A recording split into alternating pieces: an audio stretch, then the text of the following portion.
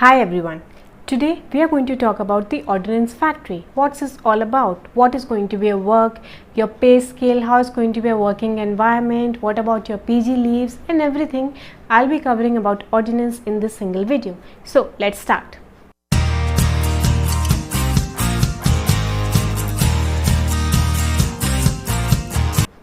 Okay. So first of all, what is Ordinance Factory is all about? Basically, the workers who are going to deal with the making of the explosives, the arms, the weapons. So those workers you are going to deal with. During work, if they get any kind of injury, and those going to be your patients. No extra member outside that campus is allowed. So your working zone is limited to those workers only. So basically it's clear, Ordinance is all about the making of arms, weapons, and you are going to work in that environment. Okay. Next question is, what is going to be a pay scale? Pay scale is same everywhere, whether it's going to be CGHS, railway, MCD or Ordinance. Pay scale is same. That is, basic grade pay is going to be the 56,100, in which the allowances are going to be added in form of house rent allowance, travelling allowance, which together contribute it to the 1 lakh plus salary. Now, many people have a query that ma'am, somewhere we say 85,000, somewhere 90, 98, somewhere 1 lakh plus. Why the difference is there? So basically what happens is, in the term of the house rent allowances, basically the Mumbai, Delhi, these type of cities, they are very expensive. So from the government you are going to give a good amount of house rent allowance. But if you are you get a job in a 3-tier city, in a small cities, so in that place the house rent allowance are less, like somewhere you can get up to the 20 to 25,000, but in those areas you can get the house rent allowance in form of 7,000, 7,500, this type of. So this thing makes a difference in the salary. The next question is, what are going to be a promotions? So basically you are going to start from a post of the AMO, which is going to be upgrade every 4 years. Means you are going to have your promotions every 4 years.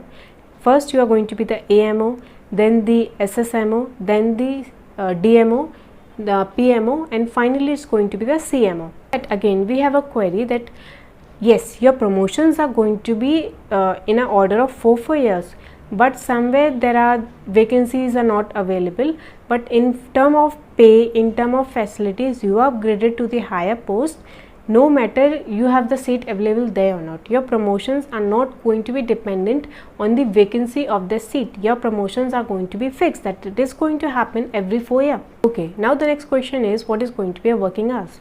Now working hours are fixed, that is 9 to 5. In between you are going to get a lunch between the 1 to 2. Otherwise 9 to 5 is going to be a working time. Now what about the holidays, vacancies? The government holidays are your vacancy time. Other than that, Saturday is going to be a half day and Sunday is going to be a whole day off. This is going to be the vacancy. What extra facilities you are going to get in this cadre? The railways used to have the railway pass facilities and many things more, but this cadre has only one facility, that is the military canteen. The canteen, you must have heard about that, military people's whole benefit of that canteen only. Other than that, the salary, nothing else is going to be provided you. Okay. The next question is that if you get selected this year in the NEET PG exam and in the Ordinance Factory 2, so are they going to grant you a leave for pursuing your NEET PG further for 3 years and again come back and join this duty? In this Ordinance Factory, the chances are 99.99% no. Only 0.01% chances are there that they grant you a leave. For that, you have to approach the Kolkata headquarter. The Ordinance Factory headquarter is located in the Kolkata. You have to approach them and you have to explain that why you can't continue this job at present, and after completing your PG you are going to join it. So usually they don't grant you. They either choose NEET PG or Ordinance Factory. That choice only you are going to get in this cadre. So decide on your own which route you want to go.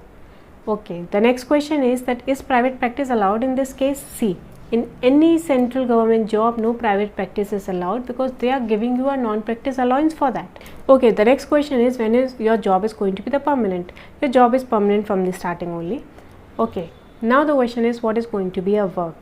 Look, your work is going to be dealing with the emergency cases only, in the form of myocardial infarction, snake bite, or while making the weapons some kind of explosion happens, so people's getting injured in that, so you have to deal with those workers only. Okay, other than that you don't have a normal OPDs there in the form of that some pediatrics, some ortho, some gynae department. Those are not there, because you have to just deal with the workers. Any emergency happens that, otherwise they want the refer from a side that you refer them to the higher centers. So you have to refer those patients to the higher centers, and they do have the IPD, but with a very limited number of beds, 4 to 6, and those only are reserved for the emergency cases and all. Okay, next question is hospital or dispensary. Look, they have both, hospital or dispensary, depends on the vacancy of the seat availability, whether if they have the seat availability in hospital, they'll allow you to practice there, or if they have dispensary vacancy, so they are going to post you in the dispensary. So it depends on their availability where you are going to get your job. Now the next question is the most important question, that if you leave the job in between, do you have to repay any kind of money? Basically, do they have any kind of bond? So they don't have any kind of bond. You can leave your job anytime you want to quit, within 2 months, 3 months, 4 months, 6 months, years, 2 years, 3 years. There's no kind of any kind of foundation that you can't leave in within this much amount time of period. You can leave anytime. You just have to give a 1 month prior notice to them that you are going to leave this job, so they allow you to leave that job. Now the next question is, after leaving that job, are you again eligible for applying for this UPSC CMS exam? That yes, you are eligible to appear in this exam again. Even if you are working at present in this any kind of cadre, you are also eligible to write the another year UPSC CMS exam if you are interested in changing your cadre. So you can appear. Only the thing which is going to stop you from appearing is the eligibility criteria. If you cross your age limit, then sorry, you are not eligible for appearing in this exam.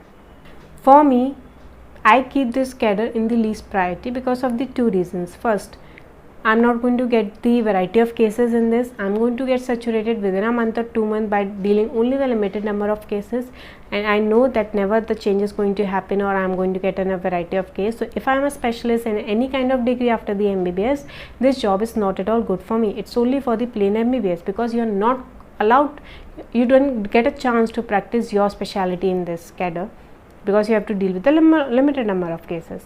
And the next is, this is not situated everywhere in India. It has a limited number of places. It is situated in a limited number of places. So if you want to prefer your hometown or any city of your choice, then the chances are very less, because this factory should be then that your choice of city, and they should have the vacancy for you. That's why, because of these 2 reasons, I keep this ordinance factory in my least priority. You can decide on your whether you want to do it or not, or want to appear for the exam again. So I hope you liked that video. So do share your reviews. Thank you. Stay safe, stay healthy.